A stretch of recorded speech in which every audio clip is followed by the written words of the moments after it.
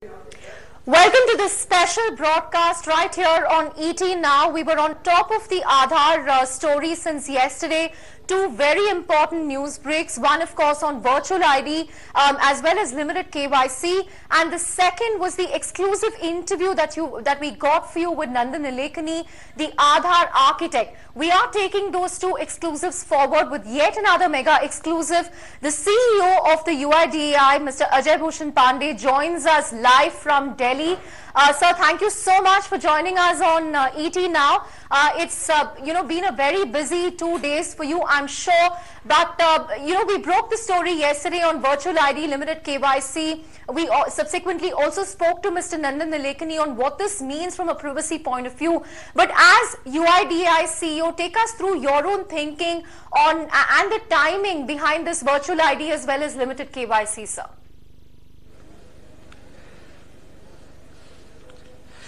You see, this virtual ID concept we were working for almost last few years, and this I can say that this is the biggest innovations since the launch of Aadhaar in 2010.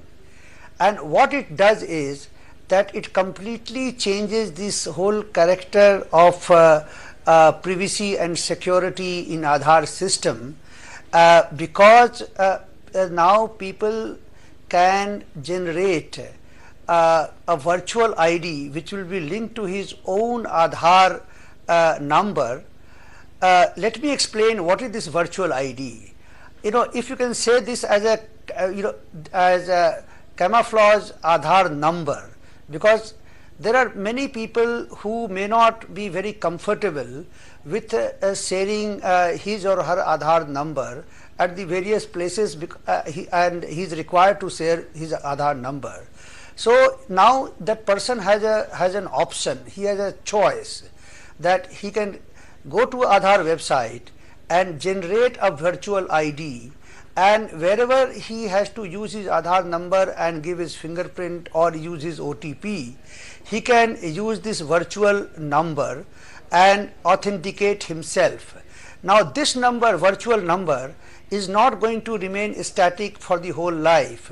This virtual number can be changed any time, and this is valid only till the time you change it. The virtual number technically can be changed every moment, every second, every minute. So this is the power of this. Then the other very important thing is that there are many agencies which are having this requirement of know your customer, because for giving any service or any interaction, certain degree of on establishing identification, some kind of a KYC is required, know your customer or know your client. And then the requirement of every KYC is different. For example, if you go and open a bank account, there you may be required to give your name, address, date of birth and other details.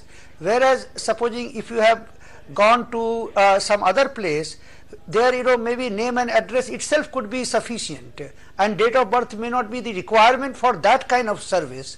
So basically, considering the nature of the service, limited KYC information will be sent by the UIDAI to that agency. That also will be after authentication of the biometric with the virtual ID or the Aadhaar number, as the case may be. So this has completely changed this paradigm and this privacy and then the security aspect, which the people have been expressing various suggestions from time to time.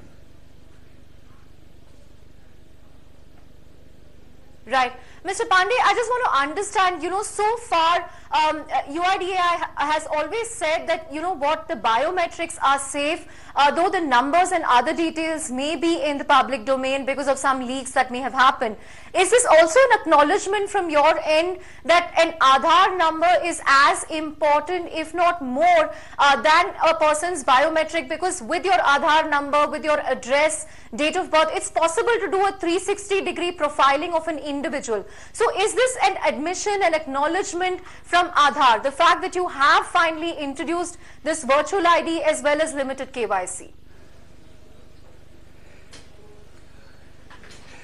let me just explain to you. You see, your biometric is your confidential information, and your Aadhaar number, and then the demographic information, particularly the Aadhaar number. I have earlier also stated that Aadhaar number, as per the IT Act, as per the Aadhaar Act, is not a secret information. Your demographic information is not a secret information. These are your personal information. But even though something is not a secret information, still it is after all it is a personal information. Therefore, certain amount of privacy and security go with the personal information, and that much care should be taken in protecting that information. So our security protocols are proportionate. For example, if there is a biometric, then we attach a higher security protocol for the protection of this. And Aadhaar number is supposed to be for sharing your Aadhaar number, because there can't be 100% blockage on sharing of Aadhaar number or the demographic information, and therefore then the fear used to be that if Aadhaar number is seeded into the various other databases, and even though as per the Aadhaar Act, linking of the database is very linking of database is prohibited, and if anyone is linking the database, he is committing an offense under the Aadhaar Act, and then there are several other laws. But still the questions is to be raised that supposing someday or somebody does that, then what? So basically, to address that kind of a concern, we have brought out this virtual ID, where a person has a choice that he can either use his own Aadhaar number or he can use his virtual ID and authenticate himself. The service provider on the other side, if he is not required under the law to have Aadhaar number in his database, then in that case he will not be able to get Aadhaar number from UIDAI side also. So he doesn't get Aadhaar number from the customer, and he doesn't get Aadhaar number from the UIDAI database. From the customer, he gets the virtual ID number, and from the UIDAI side, he gets a limited KYC, which will not contain the Aadhaar number, but it will contain an UID token.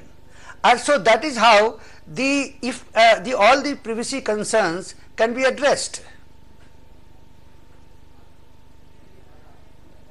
Right. Mr. Bani, just want to understand, even when we spoke to Mr. Nandan Nilekani yesterday, he said that virtual ID is something that they have been contemplating since 2009, but, it's been implemented only now. So from a timing perspective, sir, just want to understand, does this have anything at all to do with the recent leaks that we've seen, or, even the upcoming Supreme Court hearing, the upcoming data protection law? So has this all been done to address those concerns? Just want to understand from a timing perspective, what prompted these two launches yesterday? Yeah, let me explain to you that in 2009-10, when we were designing, because that time I was also, I was there at that time, in the initial team, and that time when we were designing, the various suggestions had come. Now there are certain things, which according to at that particular time, what were the conditions, what were the challenges, and based on certain decisions were taken. And then this idea of virtual ID was also briefly discussed. But however, so far as this virtual ID is concerned, we started working on it since July 2016, almost 1.5 years before. So it is not something which has come during the last few weeks or last few days. I mean, this is a very solid lot of work has gone behind, and then months of the works of our dozens of engineers have worked into this system, and then we have brought the whole virtual ID, limited KYC, Aadhaar token. All these things have come about after the months of such efforts. Right. So you're saying it's been, worked on for the last few months. It's not a sudden move. So which brings me to my next question, sir. In the circular yesterday, you said that, agencies will have to implement this by March. The APIs for virtual ID will be available by March. Considering there are 110 crore Aadhaar holders today, will it be technically, practically feasible to ensure that this can be implemented at scale? What sort of preparations will this require from the UIDAI? I just want to understand that, sir. Yeah, let me explain to you. So far as the virtual ID is concerned, the people have a choice. The people people can continue to use their own Aadhaar, and then through Aadhaar they can authenticate themselves and can obtain the services. For example, they can open bank account, they can get a mobile SIM card, they can verify their SIM cards, and then they can do everything as they are doing today. But from 1st of March onwards, this virtual ID will become usable with certain agencies, and what we have done is that we have a transition plan. When you roll out such big system covering about 120 crore people and hundreds of agencies across the country, you need to have a transition plan. And based on that basis, what we have said is that from 1st of March, agencies will have to start offering this virtual ID system, so that supposing after 1st of March, if I generate my virtual ID, then if I go to an agency, that agency's system should be able to accept that virtual ID, and so that I should be able to use virtual ID in lieu of my Aadhaar number, and I should be able to authenticate myself. I should be able to get those services. So from 1st of March to 31st of May, the agencies will have to transition from the current system to a system where they will be able to accept virtual ID as well as Aadhaar number as they are doing today. And what we have said is that from 1st of June, every agencies to whom we provide Aadhaar authentication facilities and who are using our Aadhaar authentication facility, they will have to provide this option of virtual ID to every Aadhaar holder in the country. But that does not mean that every Aadhaar holder has to necessarily use virtual ID. For example, people who are living in the villages, people those who are not educated, they may continue to prefer their own Aadhaar number, and they can authenticate themselves through Aadhaar number and get those services. So it is not necessary to use virtual ID. Virtual ID is an option available to people.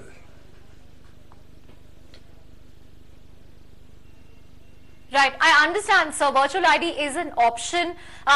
It's incumbent on a person's how they feel about privacy to really make use of this option given by the UIDAI. But a few questions that we've been getting on Twitter since yesterday. A lot of people have actually been asking me is, see, a lot of these agencies still insist on photocopies of your Aadhaar card. So a lot of it depends on how the application of these services happen.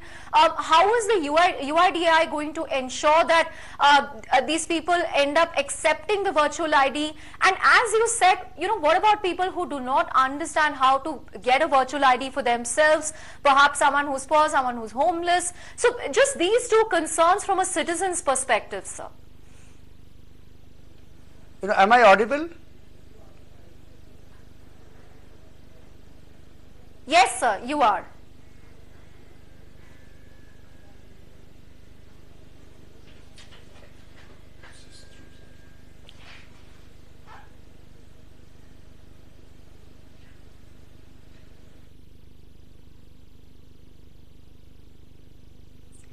Okay, we are trying to get Mr. Bhushan Pandey, Ajay Bhushan Pandey back on the line. But meanwhile, just to recap this very important scoop that we've got for you with the UIDAI CEO, some very pertinent questions in the first half of the interview, basically on the timing of these, virtual ID limited KYC.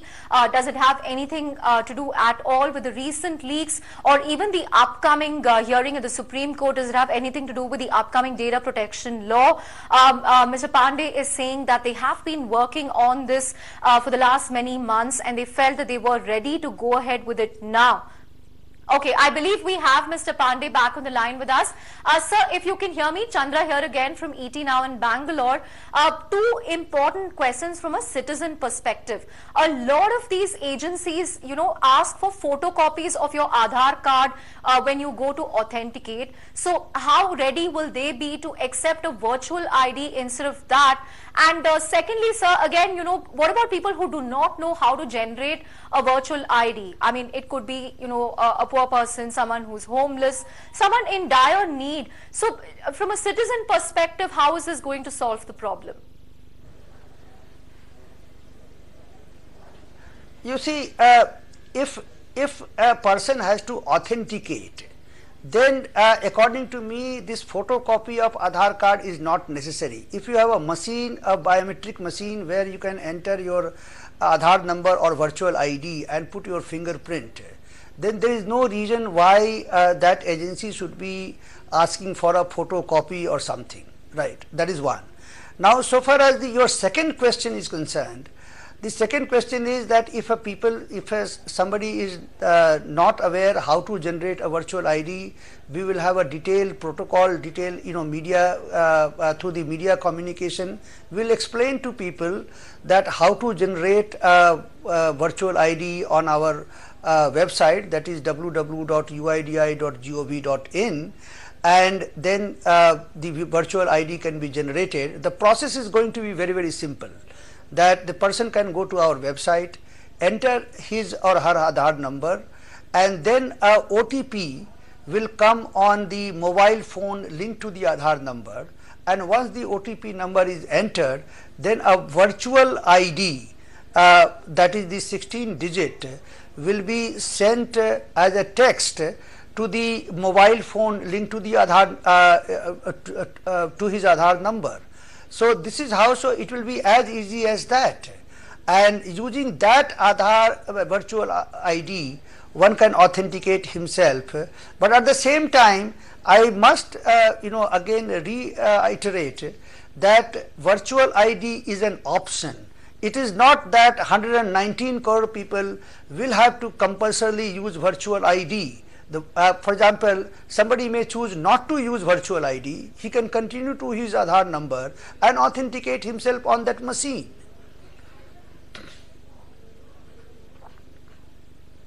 Right. Important clarification, and I think it's important to understand that this doesn't replace the Aadhaar number. It's an extra added security layer, but one that is voluntary, really depending on how you feel about privacy. But sir, this definitely addresses some very crucial concerns around an individual's privacy, both the limited KYC as well as the virtual ID. But the two other, issues, of course, are how secure is the Aadhaar database and also the question of exclusion. So, can you tell us what you will be doing to address concerns around these two aspects? Any other measures that we can expect from the UIDAI in the coming days, just as you have put some measures in place to address the concerns around privacy? See, the security is an ongoing process. If in any system for any system, the security requirement is something which has to be continuously reviewed, because the security scenario in the outside world continuously change, and then on that basis the security protocols also has to be changed. Not only that, anyone having any system has to also anticipate that what kind of a security challenges will happen, in the next coming month, next coming weeks or maybe next few years, and therefore the planning has to, and whole plan has to be prepared, and then the work has to be initiated in that direction. For example, in 2016 when we started this work about this virtual ID, because we did anticipate that at certain point of time the privacy will be very, very important for people, and some people will actually demand it. So we should be ready with that, and then accordingly in 2016 when we started, then in 2018 we were able to have this virtual ID.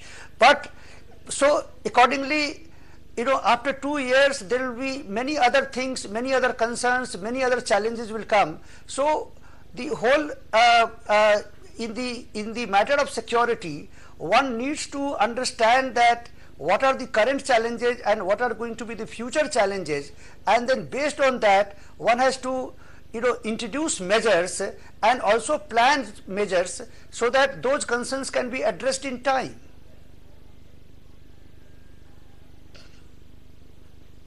Right. So particularly with respect to security, ethical hackers say that the UIDAI does not have a bug reporting policy, or it doesn't respond to requests from people to fix bugs, that they do not work enough closely with ethical hackers, or they do not have bug bounty programs. How are you going to, address this criticism? Will you be working more closely with people in the security space, perhaps ethical hackers going forward, to understand these challenges? Because as you said, security is an evolving thing. Every day we face new threats from, different forms of threats, either malware or something else.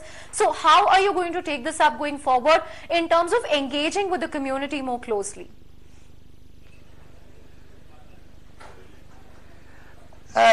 We have a very, very internal security team, external auditors, and with whom, we work.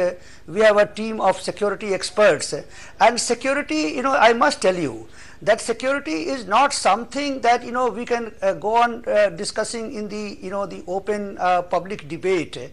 And because more we talk about it, more we talk about, we must talk about, we must take necessary measures, but that does not necessarily mean that every security measure that we take, with whom we are talking, with whom we are interacting, and that also should be in a public domain. So that is something every security, every person or every organization who has been entrusted with a task of ensuring security, he has to take care that when he is discussing about the security in a public domain, he has to do that in such a manner that the security is not compromised.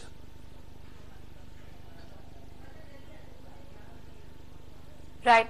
I know I'm pressing this point again on timing, but the virtual ID and limited KYC comes after nearly 55 crore people have already linked their bank accounts. So, is it too late, and could this have been done earlier, say a year or two back, by the UIDAI?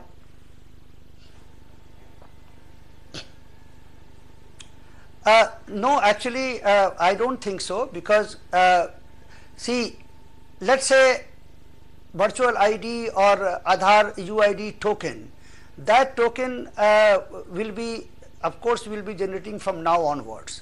The questions have been raised that what about if in case somewhere the certain agencies which are not supposed to be having Aadhaar number, and they have got the Aadhaar number, so we will actually work with them, and if their requirement as per the law is not to have Aadhaar, then we will work with them, and their Aadhaar number shall be replaced by UID token that we have talked about in our circular, and so that this Aadhaar number shall be purged from their database. So this is the kind of exercise we'll have to do that in the coming months.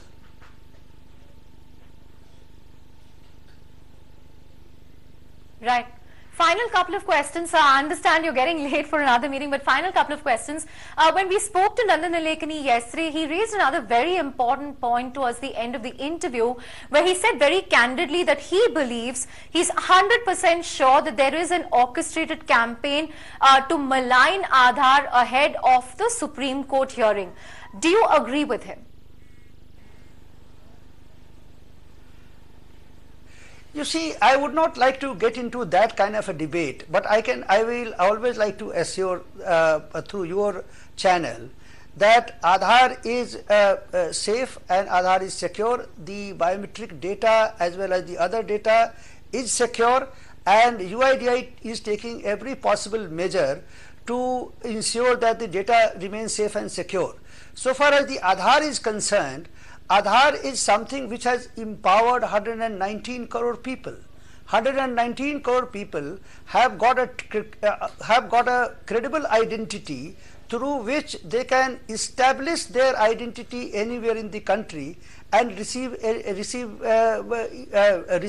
entitlement, receive their services. Aadhaar has also helped in removing duplicate, fake and bogus. For example, just few days back there was a big news item that 110,000 ghost teachers were found. Then you have also heard the story that how 500 missing children have been found through the Aadhaar system.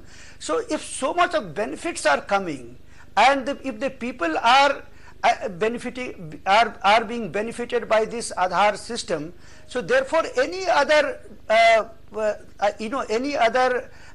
the perspective and other things, of course, if there are certain improvements are to be required, if there are certain, because change and improvement is a continuous process. Nobody can say that every system, any system in the world if you take, nobody can say that it is 100% secure, it is 100% perfect. So the improvement and then the continuous upgradation is part of any system. So along with that, any program should be taken forward, and that is how the thing should be viewed.